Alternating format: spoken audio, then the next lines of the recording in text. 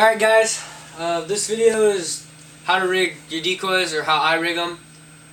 This is just kind of trying to help people out. So if you're like a hardcore avid duck hunter, then you don't really need to watch this video. But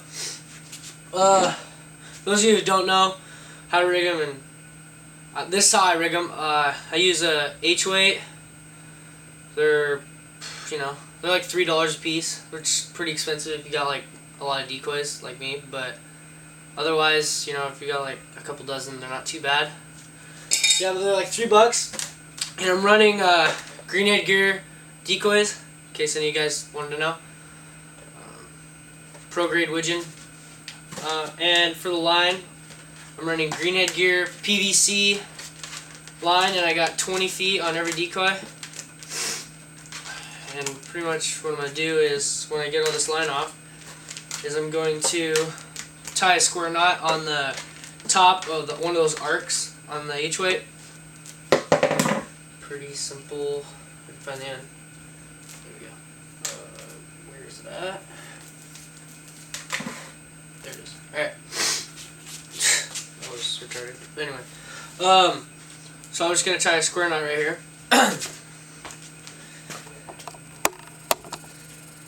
Show you guys how to do this. Pretty much square knot is, if any of you guys don't know, it's an overhand knot.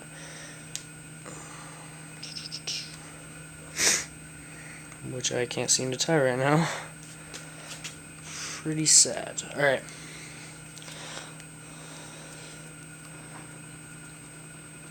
Make sure you guys cinch this down pretty tight. Not too tight so you stretch the line, but, pretty tight, snug, I guess. And this is what I did. Just that square knot. I don't know if you guys can see that really well or not, but that's pretty much what I did. Just square knot, overhand knot twice. And then you get all this on. These arches right here are meant for wrapping your line around. So you can wrap all your line around this. And the purpose of these H-weights are so your weight's directly below your decoy. There's no slack, so you don't have to keel lock them anymore. Which, in my opinion, is the best way to do it. Then you don't have to, if your current fluctuates a lot, then you're not chasing decoys in your spread. You're not worrying about decoys are gonna come loose or not, and then I've had that happen to me. I used to run those little stick weights. Not saying those stick weights aren't good. I'm just saying that if you're hunting fluctuating water, like like tides and stuff like that, this is the way to do it. I don't hunt tides, but I hunt current a lot, so this is the way I go. It is expensive. I will tell you that straight up. It's expensive to do, but it's, in my opinion, the best way to do it. I've talked to a lot of guys, and they say this is the way they do it, and so I kind of decided to go this way. Worked all summer to get all these weights and do all this kind of stuff, but yeah.